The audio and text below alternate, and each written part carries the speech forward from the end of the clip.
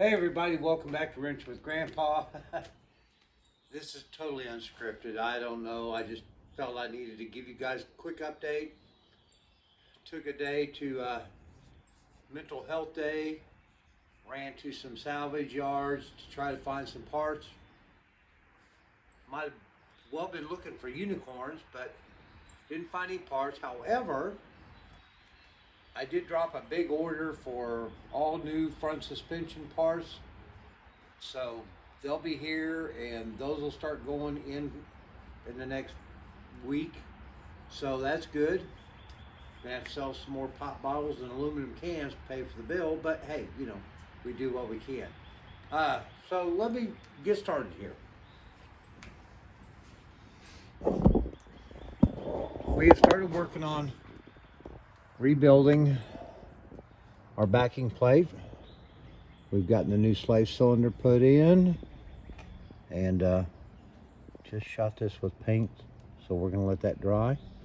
But so that's the beginning. Then we'll put the spindle and everything, mount that back up. You got to put that slave cylinder in first because your upper attachment for your spindle it's in the way, and you can't do that if you've already put it on. So that's going on. We talked about the trailer hitch. Yeah, well, there it is. Now we're going to finish this up here real quick, but get you down here. This was obviously not a factory setup when it was put on, but I can't imagine why you'd want to put a trailer hitch on the Barracuda. But it's got some pretty heavy angle iron and plate steel that's welded it to the frame. And I'm going to go ahead and leave that. We'll get it cleaned up and rust, you know, all that done. But still got this to finish cutting off. We're going to do that in just a minute. But we're going to leave this here to add to some rear support for our, you know, frame and everything else. I have found in doing this that, and I'm not sure if I can get you back under here, but we'll try. You're probably not going to be able to see this very well, but we got a lot of stuff to deal with on the back side of this bumper as well as this frame. It really looks a lot worse than it might be. We'll know that when we get more involved in doing that. But so we got that old trailer hitch off. We're going to finish getting that off here in a minute with the old grinder. Yeah, right there. And it's going to be noisy, and I apologize, but you know, hey, this is amateur video. I don't have all that high-tech equipment to do this with, so I can't adjust the volume. Yeah, we've definitely got some issues up in here. And I had a thought this afternoon, and I just want to ask you guys. I don't even know if this is possible. I haven't contacted anybody. But this bumper is, you know, I've done what I can with it, and it's probably in better shape than a lot of them out there. But I have no idea what it would cost to send this off and try to have it refurbished and re-chromed. I'm sure it's going to be a lot more money than I have to spend on it. So I was giving it a thought. With all the new technology and wraps and films and, you know, stuff like that, I wonder if you could have a chrome bumper wrapped in a chrome wrap and make it look good again. Something to ponder. If any of you guys have any experience or knowledge or in the business, let me know. There's a guy not too far down the road from me who is in the business of wraps, but I haven't contacted him yet. I'd just like to find out. Oh, and while doing all this, you guys probably weren't even aware of it, but we had a pretty major bend right in here. I mean, it was bad. Well, it's gone now, thanks to Miss Lucy. So, let's see what else is going on up here. Like I said, the front suspension saga continues. We're at the point right now where a whole lot of new parts sitting around and I can't put them on because we're still needing more parts. All right. We have rebuilt this A-frame. Got new Moog and Nevotech. She's all real pretty. This is the A-frame from the right side, or the A-frame from hell. We had to cut with the acetylene towards the bolts and everything to get that out. Looked like we were going to set the car on fire. But once we got it out, and I got thinking about it and looking at it, well, you know what? We still have the bushing sleeve in this side. I have tried pressing it. I've tried using the torch to heat things up, kind of loosen it up, penetrating oil, Miss Lucy, everything. Well, I've got her about halfway out, and I'm getting to that point where nothing's working. So, we're going to take her out to Jerry's probably tomorrow, fire up that old acetylene, and we're going to melt that bad girl out. Get it out so I can get this back, get it cleaned up, buffed down, restoration, painted, new bushings and ball joint put in it, so that will be ready to get back in.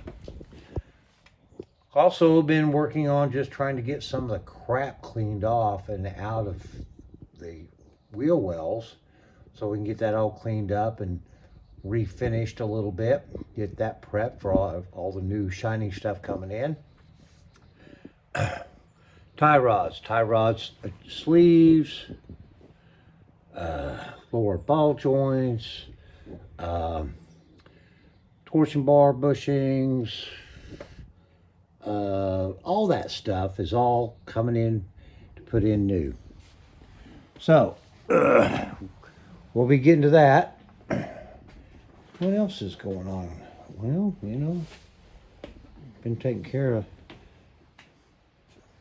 the wife the last couple of days. She's been down sick, not real sure what's been wrong with her, but she's slowly coming back around, and Godspeed to get her back on her feet. I apologize for the mess.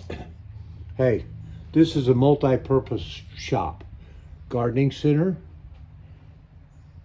detailing, restoration storage, and everything else that goes in trying to make it happen. I need a shop. 3 bays with a 4-post lift and a couple of minions.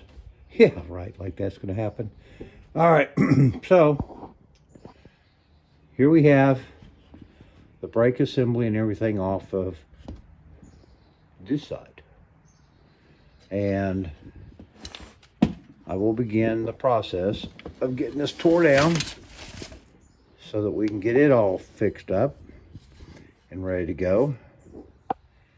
And hopefully by the time that's done, all the new parts will be here so we can finish bolting all the new parts back on. And, you know, that's not a new part, but that's what's coming. And then once that's done, then we can start getting all the brake springies and doodads and shoes on her and get her back on the front, along with the hubs and the bearings and all that. And the brake drums. Let's see what else has been going on. Oh, we also, in today's parts order, have a new transmission pan and filter kit coming in because I did discover that somebody had hit something and slightly bent the front mount flange down on the pan, and it's not a bad leak, but it leaks. So we're going to drop that pan, put a new gasket on because the gasket is trashed, and get that pan all squared away and get that put together as part of the ongoing stuff. And let's see. Still been looking for a 4-barrel intake. I'm afraid that as far as anything EOM cast for this vintage car, I've been to several different salvage scrap yards, junk yards, whatever. They're just not out there, at least not that I can find. And so the idea of the 4-barrel conversion, that's probably going to come later, and we'll probably end up going with an aluminum and a Edelbrock or whatever. But you know, that's down the road. We got more than enough other things going on, and really want to get this front end put back together, as well as getting all the new brake lines put in. But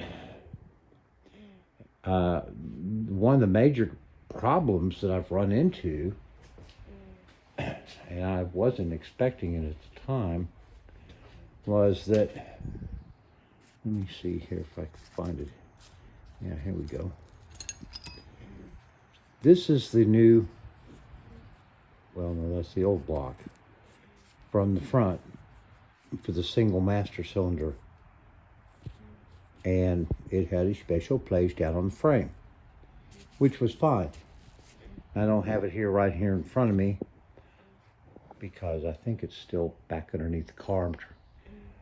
The new dual cylinder box, it's got a little bit different mount, and the way it kind of sets in there is different, and it puts that whole brake feed down from the master cylinder and to the split block here to go to the front brakes and the back brakes.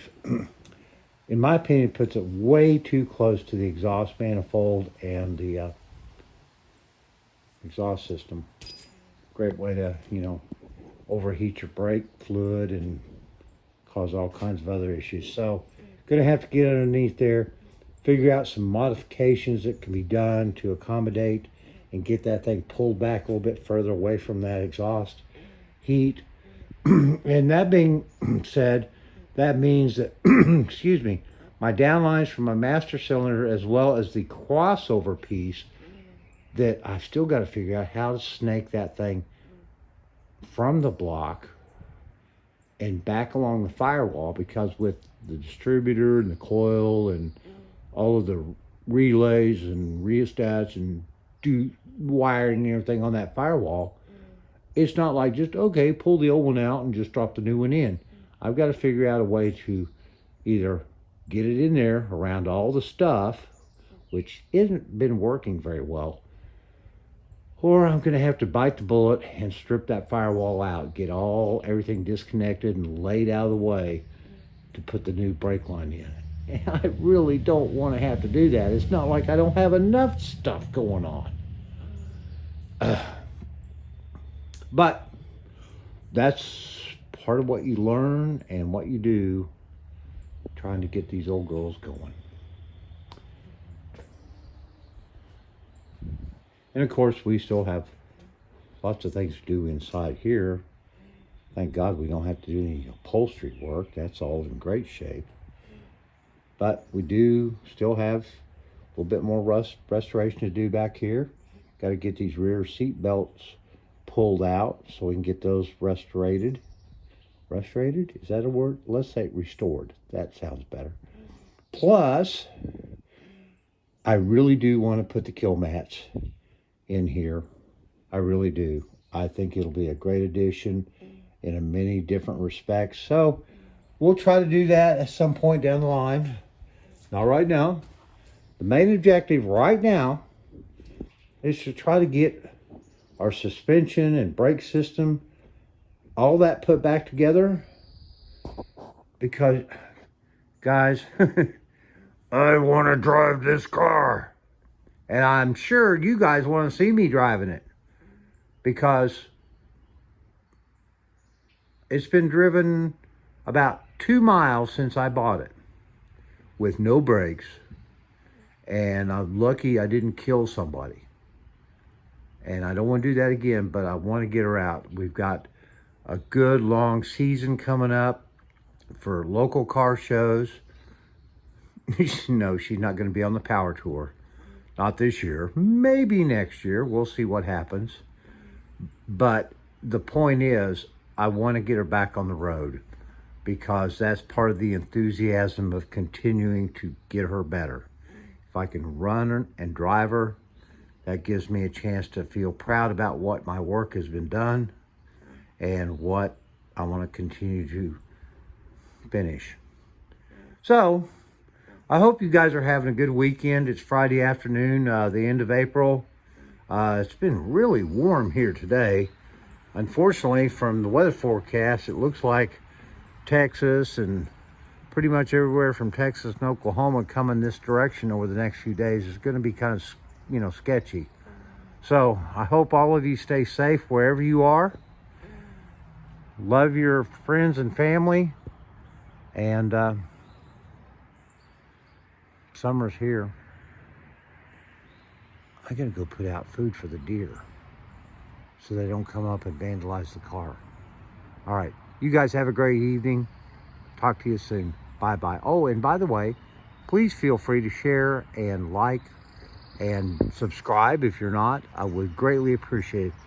Trying to get that subscribership up. I appreciate all of your support. We're around 463 as of the posting of this video. Come on, guys, give me a hand. Let's get up to 500. I know I'm not making no money. That really isn't my intent because